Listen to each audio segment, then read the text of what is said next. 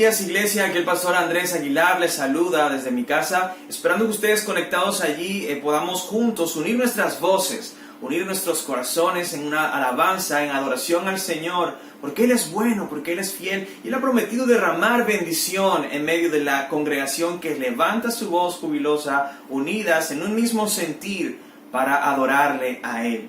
Y por eso quisiera que consideráramos, para iniciar este tiempo, lo que dice el Salmo 31, los versículos del 1 al 7, que les voy a leer a continuación para dar inicio a este tiempo de culto que juntos vamos a hacer de esta manera virtual por ahora por causa de este aislamiento, pero que no deja de ser importante para nosotros como iglesia. Vamos a iniciar entonces allí en el Salmo 31, versículos del 1 al 7. Leo para ustedes desde la Biblia de las Américas y dice así la palabra del Señor. Para el director del coro, Salmo de David. En ti, oh Señor, me refugio, jamás sea yo avergonzado. Líbrame en tu justicia, inclina a mí tu oído, rescátame pronto. Sé para mí roca fuerte, fortaleza para salvarme. Porque tú eres mi roca y mi fortaleza, y por amor de tu nombre me conducirás y me guiarás. Me sacarás de la red que en secreto me han tendido, porque tú eres mi refugio. En tu mano encomiendo mi espíritu. Tú me has redimido, oh Señor, Dios de verdad. Aborrezco a los que confían en ídolos vanos, mas yo confío en el Señor. Me gozaré y me alegraré en tu misericordia, porque tú has visto mi aflicción, has conocido las angustias de mi alma. Vamos a responder a este salmo alegrándonos y gozándonos, porque las misericordias del Señor nunca se acaban y siempre están ahí disponibles para nosotros. Cantemos con gozo a nuestro Dios.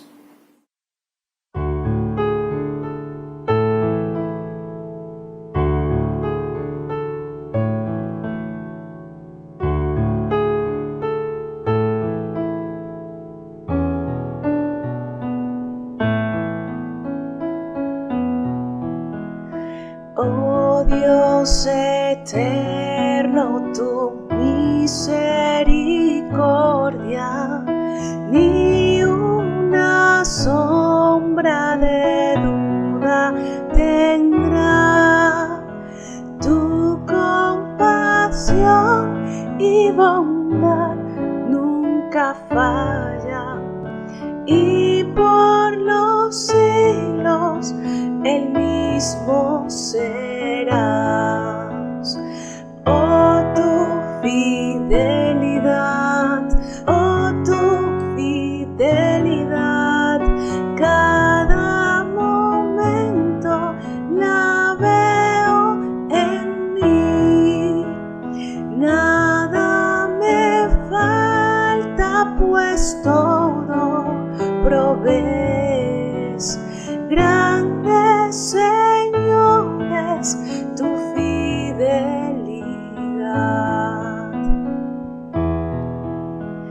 La noche oscura, el sol y la luna, las estaciones del año también unen su canto cual fieles criaturas, porque eres bueno y por siempre eres fiel.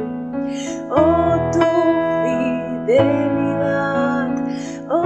tu fidelidad, cada momento la veo en mí. Nada me falta, pues todo provees. Grandes señores, tu fidelidad.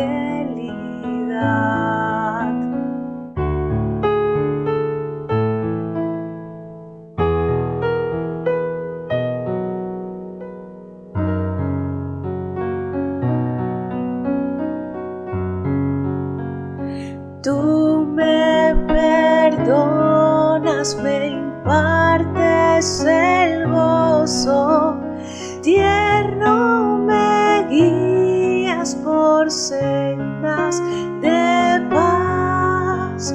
Eres mi fuerza, mi fe, mi reposo. Y por los siglos mi Padre serás. Oh, tu fidelidad, oh, tu fidelidad, cada momento la veo en mí. Nada me falta, pues todo provees. Grandes señores, tu fidelidad. Grandes señores, tu fidelidad.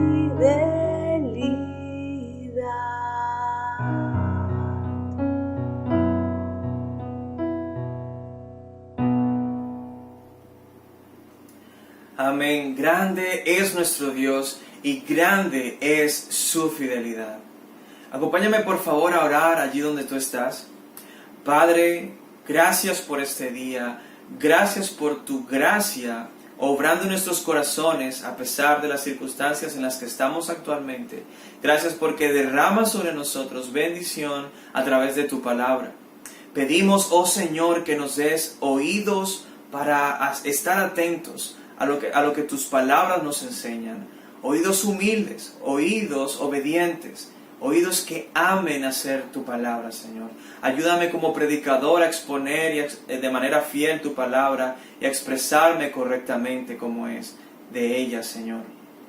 También te pido sobre todo que nos des corazones dispuestos a hacer tu voluntad, corazones que amen, que disfruten, que se alegren en hacer tu voluntad, en poner en práctica esta tu palabra en nuestras vidas. Te lo pedimos en el nombre de Jesús. Amén y amén. Quiero leer para ustedes, amada iglesia, lo que dice la palabra de Dios en Lucas capítulo 15, versículos del 11 al 32. Leo desde la Biblia de las Américas lo que dice la palabra de Dios allí. Y Jesús dijo: cierto hombre tenía 2 hijos, y el menor de ellos le dijo al padre: Padre, dame la parte de la hacienda que me corresponde. Y él les repartió sus bienes.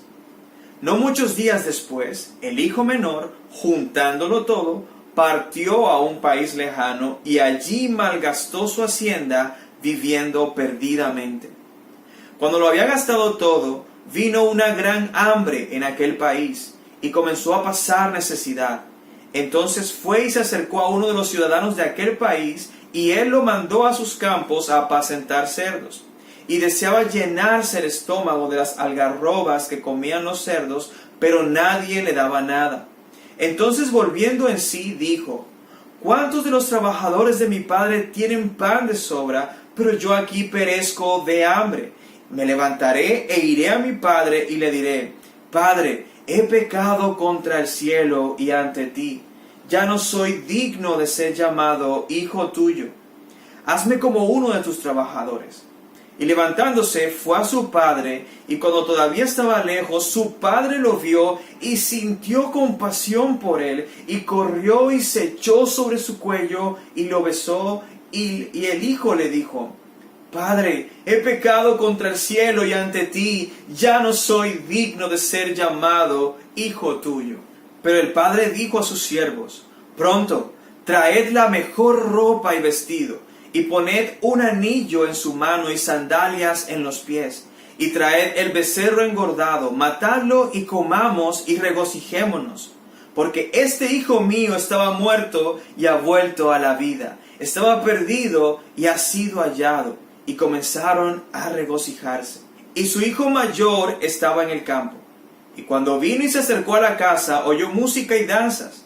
Y llamando a uno de los criados le preguntó: ¿qué era todo aquello? Y él le dijo: tu hermano ha venido y tu padre ha matado el becerro engordado porque lo ha recibido sano y salvo. Entonces él se enojó y no quería entrar. Salió su padre y le rogaba que entrara, pero respondiendo él le dijo al padre: mira, Por tantos años te he servido y nunca te he desobedecido ninguna orden tuya. Y sin embargo, nunca me has dado un cabrito para regocijarme con mis amigos. Pero cuando vino este hijo tuyo que ha consumido tus bienes con rameras, mataste para él el becerro engordado. Y él le dijo: Hijo mío, tú siempre has estado conmigo y todo lo mío es tuyo. Pero era necesario hacer fiesta y regocijarnos porque tu hermano estaba muerto y ha vuelto a la vida. Estaba perdido y ha sido hallado. Amén. Gloria a Dios por esta parábola tan hermosa, llena de tantos colores emocionales, lleno de tantas cosas hermosas, momentos espectaculares con los que nos podemos sentir identificados mientras la escuchamos. No en vano, es una de las parábolas más famosas de Jesús. A lo largo de la historia de la iglesia se ha reconocido como una de las parábolas más famosas, más populares, más recordadas, que incluso creyentes y no creyentes pueden tener alguna idea más o menos de lo que dice la parábola del hijo pródigo. Incluso algunos que no son creyentes la recuerdan porque a pesar de todo la escucharon y nunca más se fue de sus oídos. Debe ser increíble, ¿verdad? Debió haber sido increíble para todos los que escucharon a Jesús predicar esta parábola. Simplemente verlo, pareciese como si estuviese improvisando, pero sabemos que no era así. Verlo a él, tomar una situación cualquiera y tomar palabras tan bellas, tomar ilustraciones tan vívidas, tan reales, tan cercanas, tan que llegan al punto al que tienen que llegar, que simplemente debió ser fenomenal escucharlo de su propia voz.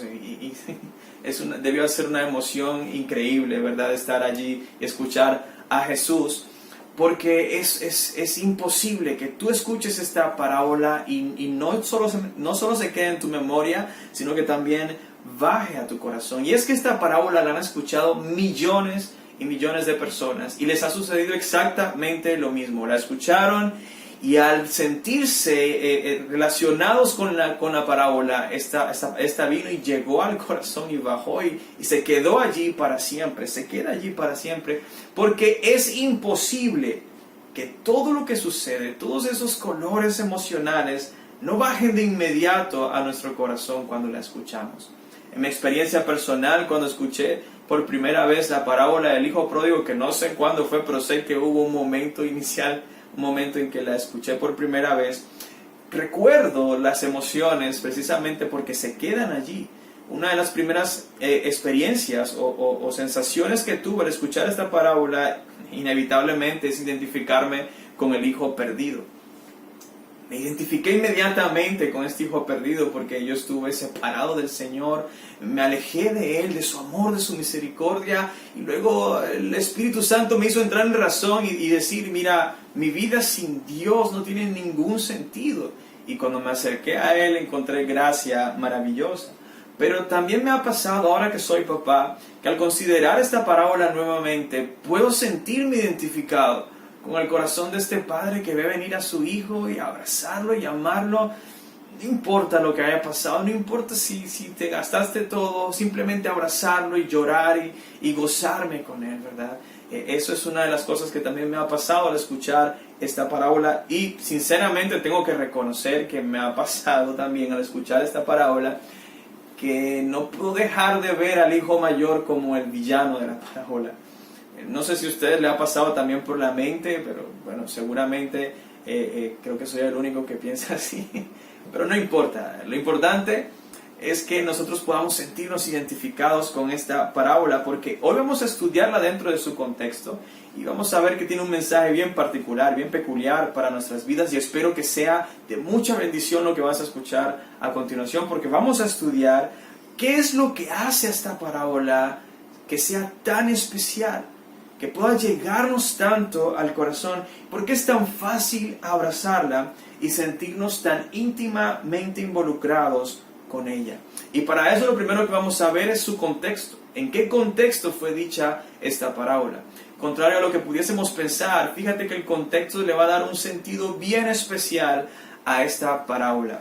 En los versículos 1 y 2 del capítulo 15 del Evangelio de Lucas podemos leer lo siguiente. Todos los recaudadores de impuestos y los pecadores se acercaban a Jesús para oírle. Y los fariseos y los escribas murmuraban diciendo: Este recibe a los pecadores y come con ellos.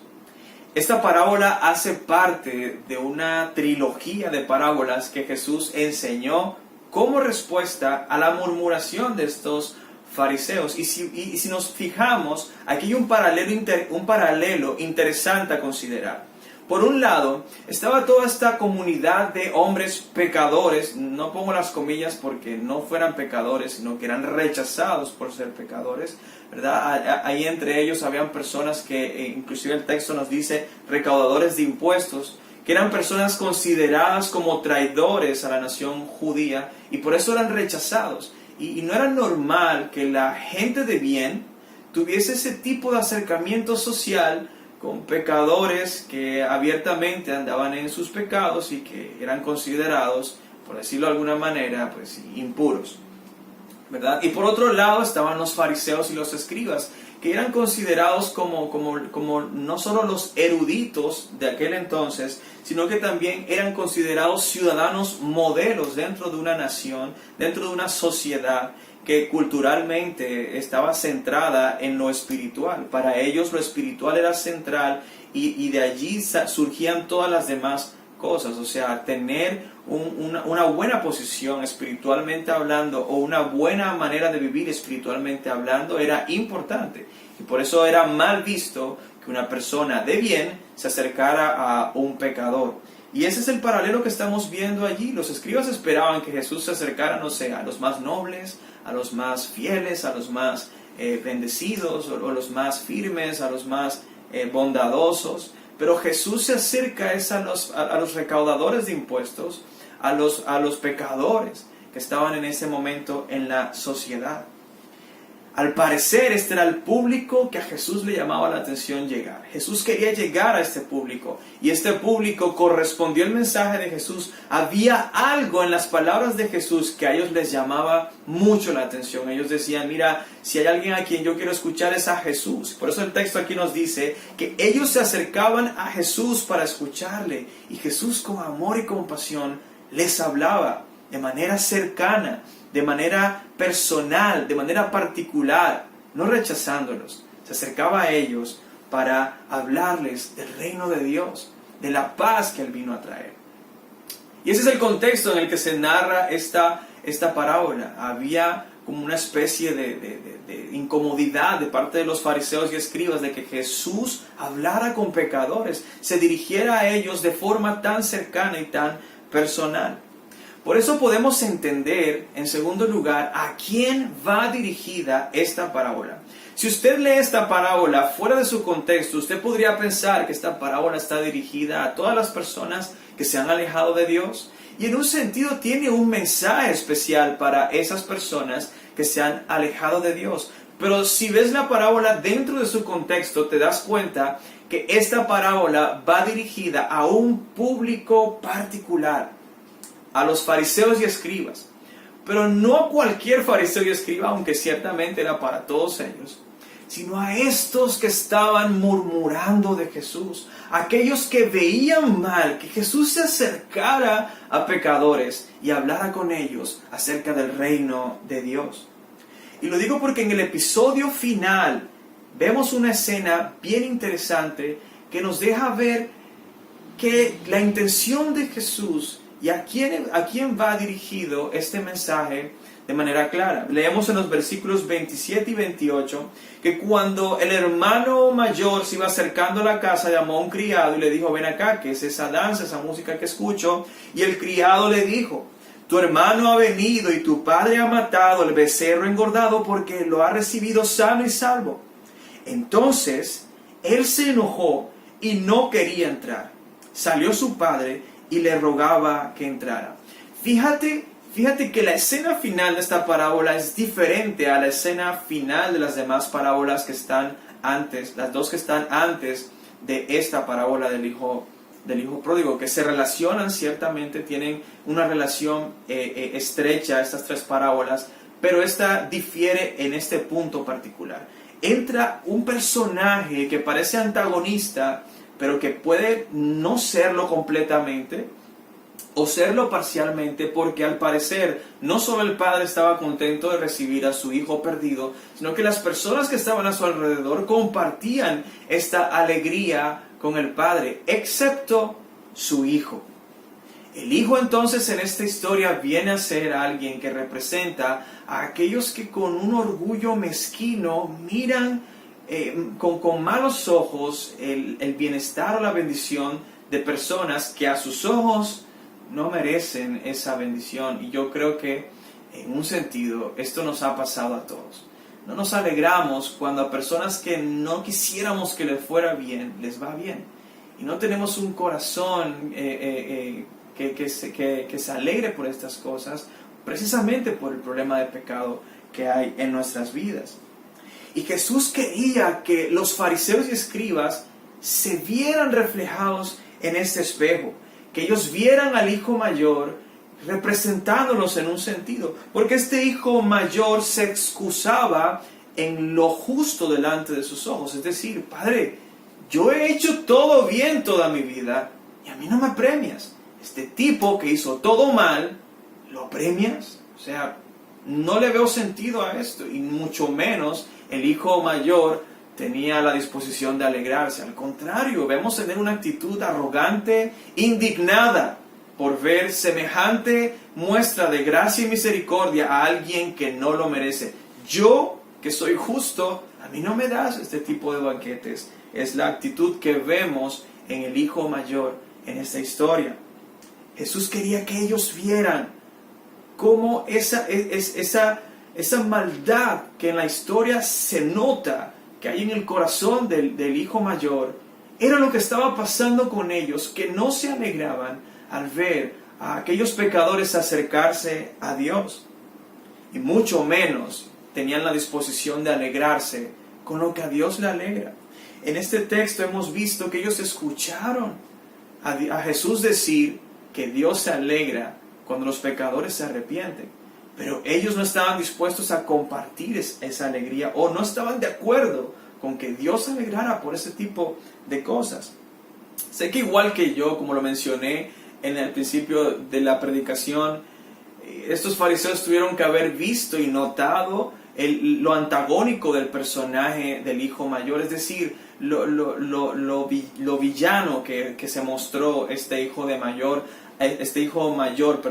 al no mostrarse alegre ante el regreso de su hermano, al no compartir la felicidad de la familia al ver a este hijo que estaba perdido, arrepentido y volver a casa.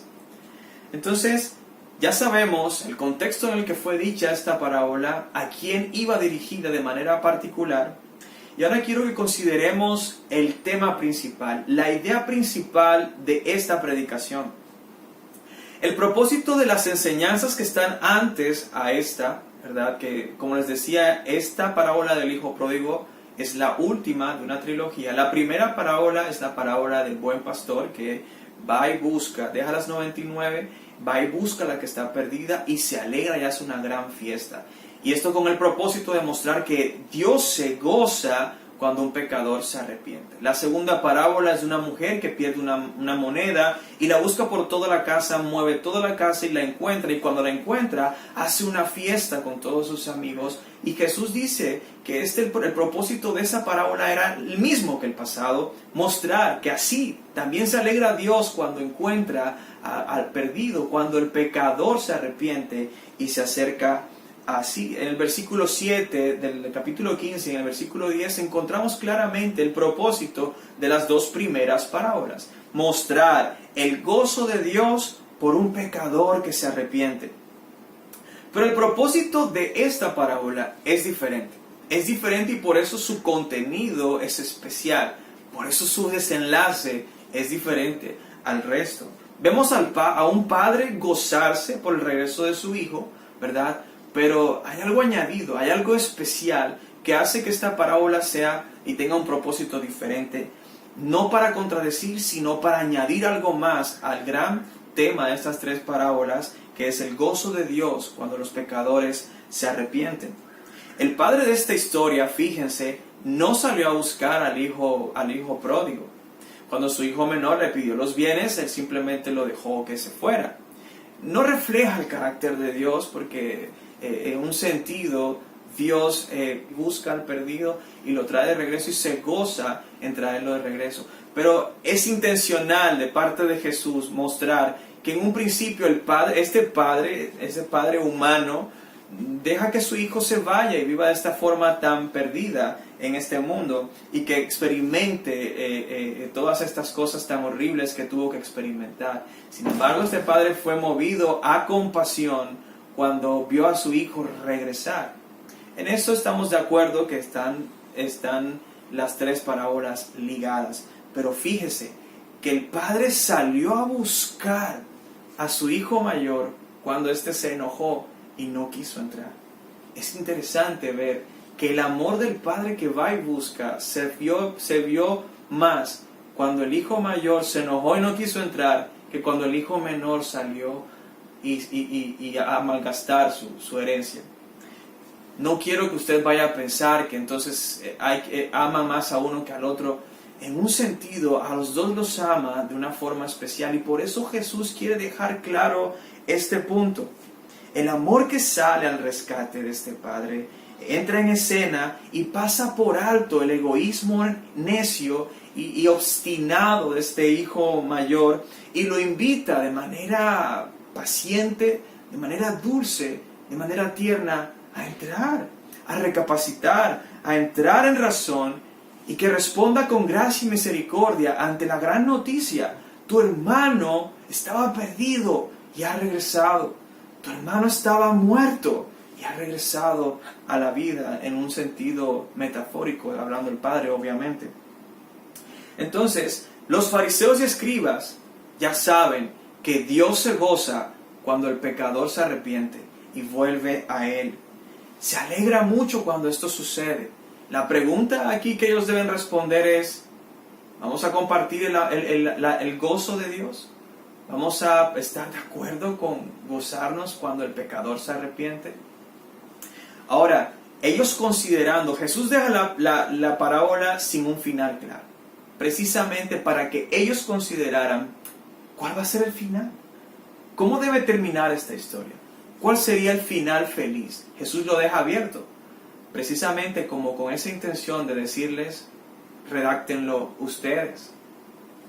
Ellos pensando en cómo terminará la historia, podían meditar, ¿será que el hijo mayor entrará en razón? ¿Será que dejará su orgullo, se alegrará, mirará a su hermano y movida a misericordia, se unirá al padre en la fiesta? ¿O seguirá enojado y se iría? Y se iría indignado. La respuesta la debían dar ellos. Ese es el tema principal de esta parábola. Mostrarle a los fariseos, o la idea principal, la idea más importante de esta parábola. Mostrarle a los fariseos que Dios se goza cuando el pecador se arrepiente. Y mostrarle que ellos no lo estaban haciendo y que estaban actuando como este hijo obstinado, pero podían cambiar el final. Ahora, hay que tener presente, hay que tener muy claro que la Biblia nos enseña que el Padre Celestial tiene un solo Hijo que ha hecho lo bueno delante de sus ojos toda su vida. Un solo Hijo en quien está toda la complacencia de Dios y a quien Él ama por su obediencia perfecta. Y este Hijo es Jesús. Ese Hijo de Dios tuvo una actitud muy diferente a la del hijo mayor cuando vio a su hermano regresar a casa. Inclusive, en la enseñanza de las Escrituras, lo que sucede es que el hijo mayor va en busca del hijo que se perdió. Si nosotros nos ponemos en la escena como el hijo perdido, el Evangelio lo que nos está mostrando de parte de Cristo es una actitud que va en rescate de lo que se ha perdido. Incluso esa es la fotografía que el evangelista Lucas quiere mostrarnos a través de su libro, y es que Jesús vino a rescatar lo que se había perdido. Es por eso que el resto de la Biblia nos muestra que todos los seres humanos estamos perdidos sin Dios. Estamos en una condición deplorable. Estamos muertos en nuestros delitos y pecados. Todos los seres humanos, no hay ni uno solo que no necesite ser rescatado de su pecado y de su maldad. porque todos somos esclavos del pecado y por ello nuestra condenación es la misma. Pero de tal manera amó Dios al mundo que envió a su Hijo unigénito, para que todo aquel que en Él cree no se pierda, mas tenga vida eterna, como dice Juan 3:16. Ahora, el orgullo mezquino de los fariseos y escribas no les permitía ver la condescendencia de Dios y responder ante ella con la alegría de Dios al rescatar a los que se estaban perdiendo. Ellos veían a estas personas acercarse a Jesús y en vez de alegrarse de que estos pecadores quisieran conocer el camino del reino de Dios, ellos murmuraban de Jesús como tratando de reprochar o poniendo en tela de juicio su dignidad, su piedad, su religión, su honorabilidad como líder y maestro espiritual. Con esta actitud, los fariseos estaban demostrando que ellos también necesitaban ser rescatados, porque había un orgullo, una soberbia, una necedad en sus corazones que no les permitía ver la gloria de Dios en esto que estaba sucediendo, y mucho menos alegrarse por lo que estaba sucediendo, que era motivo de gran gozo.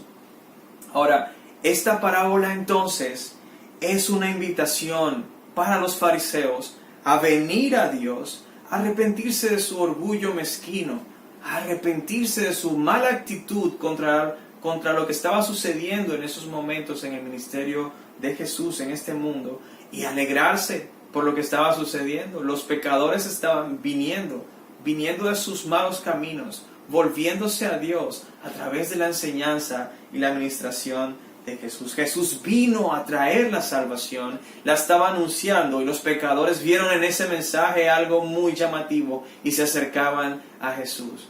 Los fariseos también estaban siendo invitados por Jesús a través de esta parábola a ser partícipes de esa salvación. Esta parábola ciertamente estaba dirigida a los fariseos, pero también es para ti que me estás escuchando en esta mañana. Esta parábola está dentro de la palabra de Dios, que es para hoy un mensaje directo para ti. Si eres un hijo perdido, si te consideras a ti mismo como ese hijo perdido de la parábola, que se fue lejos de Dios, te apartaste de Dios, te alejaste de Él, quisiste vivir la vida en tus reglas, y hiciste muchas cosas que sabes que no agradan a Dios. Si tú has vivido así y te sientes mal con eso y te arrepientes en tu corazón, escúchame, este mensaje es para ti. El mensaje de la parábola del hijo pródigo es para ti, mostrándote que Dios abre sus brazos para perdonarte, para recibirte como a su hijo, si arrepentido vienes y recibes el perdón que Jesús vino a ganar en la cruz para ti. No hay pecado tan grande que la gracia que en Jesús hemos conocido no pueda vencer. Así que ven, acércate a Jesús, ven y trae todas tus cargas a Él y Él te dará descanso. Dios no te está mirando con ojos de juicio ahora. Dios te está mirando con ojos de gracia y te llama así, diciéndote, ven, acércate por medio de tu arrepentimiento y fe en Jesús. Pero recuerda que este mensaje está dirigido especialmente a los fariseos. Benjamin Warfield dice en su libro El Salvador del Mundo: el Padre que está en el cielo no tiene hijos justos en la tierra. Todos los hombres precisan de su gracia y más que nadie quienes piensan que no la necesitan. Es por eso que quisiera que consideraras tu actitud delante de Dios acerca de la gracia del Señor, de si crees que puedes ir al reino de los cielos por tus obras o por su gracia. No hay forma que puedas considerar en tu propio mérito el que seas aceptado por Dios. Si todos nos presentamos delante de Dios, ciertamente vamos a encontrarnos delante de Él culpables y merecedores de su ira. Sin embargo, no es por obras, es por gracia, para que nadie se gloríe, para que nadie pueda decir, es que yo fui al cielo porque me porté muy bien, porque fui un ciudadano ejemplar, una persona moralmente correcta. No, es por gracia, por medio de la fe en Jesús, por medio de la fe en Jesús, humillándonos en arrepentimiento, buscando su perdón por medio de la fe. En la Biblia hay fariseos que fueron salvos. Tenemos a Nicodemo, quien probablemente escuchaba estas palabras de Jesús, quien probablemente escuchó este sermón y tuvo que haberse sentido conmovido y compungido en su corazón acerca de lo que Jesús estaba diciendo. Ciertamente no es por obras, es por gracia. Lo necesito, yo necesito ser salvado. A pesar que soy fariseo, a pesar que soy escriba, necesito ser salvado. Todos necesitamos ser salvados. No hay bueno, ni uno. José de Arimatea, otro fariseo que fue salvo. Hay uno especial, Pablo. Pablo era fariseo también. Y pudiese jactarse, dice él en una de sus cartas, pudiese jactarme de muchas de las cosas que hice, pero todo eso lo tengo por basura, porque eso para nada sirve. Sirve estar en Cristo. Esa es la única forma de ir al cielo, estar en Cristo. Por eso Cristo es el tesoro más grande del corazón de nuestro hermano Pablo, que era fariseo. Ese es el mensaje para todo aquel que cree que en sus obras puede entrar al reino de los cielos. Y finalmente, todos los cristianos que escuchamos este mensaje o que leemos estas palabras en la Biblia, en la parábola del hijo pródigo, también tenemos un mensaje particular. El mensaje es que veas a Jesús en esta parábola. Trata de discernir el corazón misericordioso y lleno de gracia del Salvador. Él no se muestra aquí como alguien que juzga a las personas. Él se muestra como alguien que vino al mundo siendo Dios y se acercó al leproso, se acercó al ciego, se acercó a los rechazados, se acercó al enfermo que estaba desahuciado, se acercó a la viuda, se acercó a los huérfanos, se acercó al abandonado, se acercó al que era rechazado, se acercó al mentiroso, se acercó al publicano, se acercó a la adúltera, se acercó al traidor, se acercó al adúltero, al fornicario, se acercó al más vil de los pecadores para sanarlos, para tocarlos, para ministrarles de su gracia, para traer perdón para ellos. Él vino a transformar nuestras vidas con su amor infinito. Si puedes ver el corazón de Jesús, que incluso miró a los fariseos que murmuraban de él y dijo: por ustedes también vine, por ustedes también vine, por ti también vine. Si has visto el corazón de Jesús, te pido por favor, imítalo. Imítalo tú también, ve y predícale las buenas noticias, incluso a aquellos que hablan mal de ti, pero hazlo con amor. Santiago Benavides, en una de sus canciones titulada Fuiste tú, dice algo que a mí me impactó muchísimo. Esta es una oración cantada que él hace al Señor, en el que le dice: Señor, tú me enseñaste algo especial.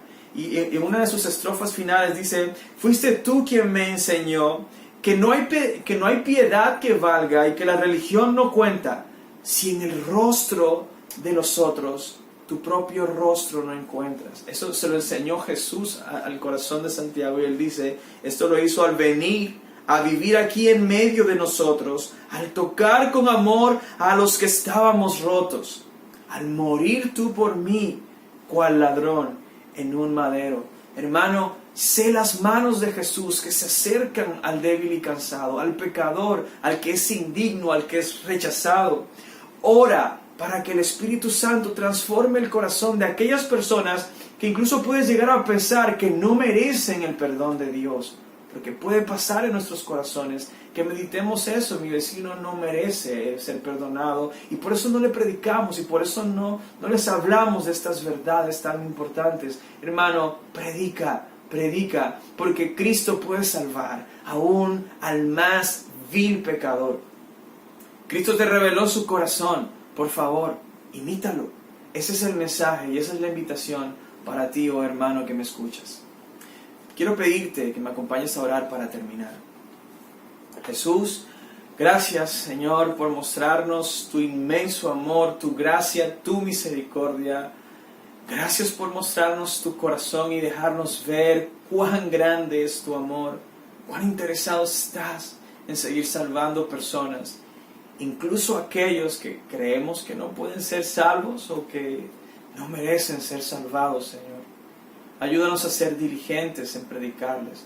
Pero más importante, Señor, ayúdanos a experimentar ese amor tuyo que transforma y que se acerca y que sana y que restaura nuestras debilidades, Señor.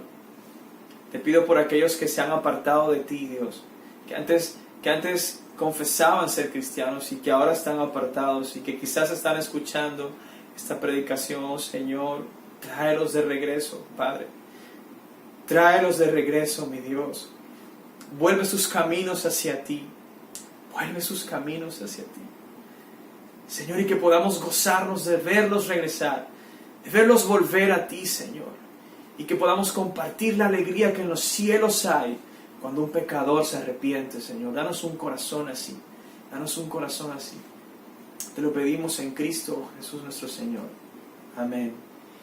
Y amén. Hermanos, vamos a responder a esta predicación que hemos escuchado, al mensaje de Dios, con una alabanza a nuestro Dios, recordando que su gracia es mayor. Gloria a Dios, su gracia es mayor,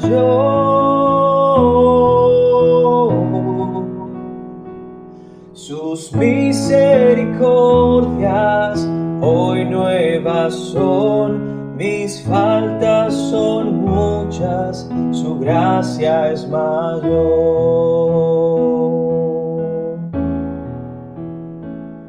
Qué amor mis pecados decide olvidar, lanzados al mar no los quiere contar. Él siendo omnisciente olvida mi error. Mis faltas son muchas, su gracia es mayor. Gloria a Dios, su gracia es mayor. Sus misericordias hoy nuevas son, mis faltas son muchas, su gracia es mayor. Paciente me aguarda en mi desviar, un Padre que tierno me llama al hogar. Recibe al débil y vil pecador. Mis faltas son muchas, su gracia es mayor. Gloria a Dios, su gracia es mayor.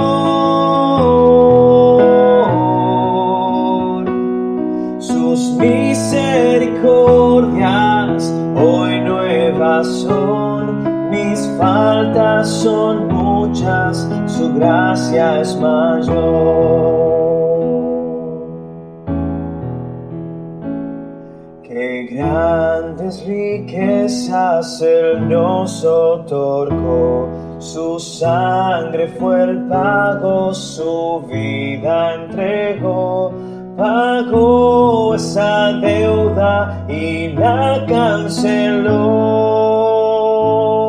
Mis faltas son muchas, su gracia es mayor. Gloria a Dios, su gracia es mayor.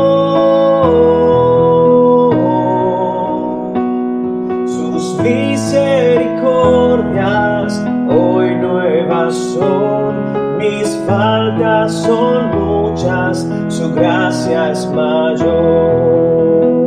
Gloria a Dios, su gracia es mayor.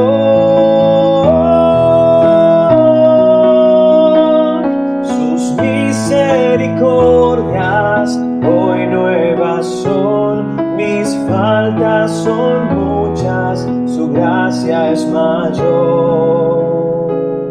Mis faltas son muchas, su gracia es mayor. Mis faltas son muchas, su gracia es mayor.